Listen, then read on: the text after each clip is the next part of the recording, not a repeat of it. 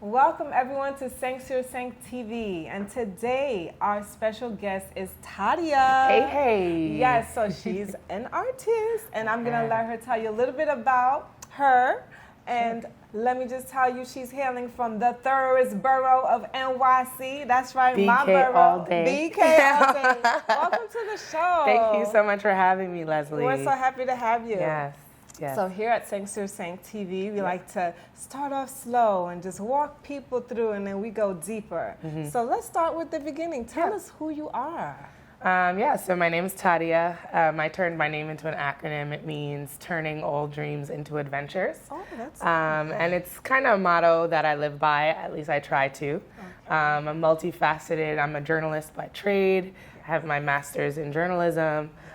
So I produce Monday to Friday, and then I'm a superstar on the weekends. Well, you're always a superstar. My goodness. Yes, I've read a little bit about you, and I've done my research, as a good journalist should. Right. So you have a very, very extensive and impressive background. Yeah, thank you. Thank you. I appreciate that. Yes, I started doing music. I pivoted from journalism to music in 2018. Okay. And really the only reason why was because I was in the right spaces doing the wrong thing. Right and so it was actually at a concert where I was interviewing Maxwell, and I was like wanting to talk about music and like dying to talk about my passion for music, and I couldn't.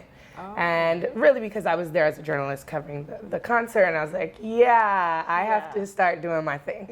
And so that's really when I started like recording.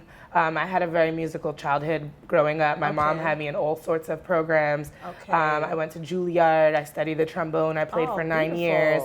Yeah, I literally went through all the great music programs that New York City offers. And it's been super dope, just the transition, because I've been able to kind of use the contacts and the friends and colleagues that I made as a journalist, and like, hey, I actually sing now. So you're mixed. I've listened to your music. Beautiful, Thank dope, you. fly, all of that. Thank you. She's a Haitian American, so that's, not to be forgotten. But your roots and your music, your vibe, it's like R&B mixed with a little Afro beats, mixed with a little soul. So where would you put your music in a box, or how would you categorize it? That's a great question. I think it's kind of tough because I started and I didn't want to put myself in a box. So because of that, I've kind of just been exploring, which I do music for fun always first.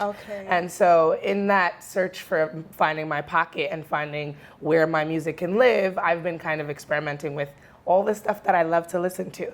So that's really why it has that mix. But of course, I always say by way of Haiti. So I've toujours joué un petit créole, un petit compas, something that'll be like, I heard a little. I heard a little. Yes, down low. Yes, Bisseba, right. So, and I was very intentional about making that decision.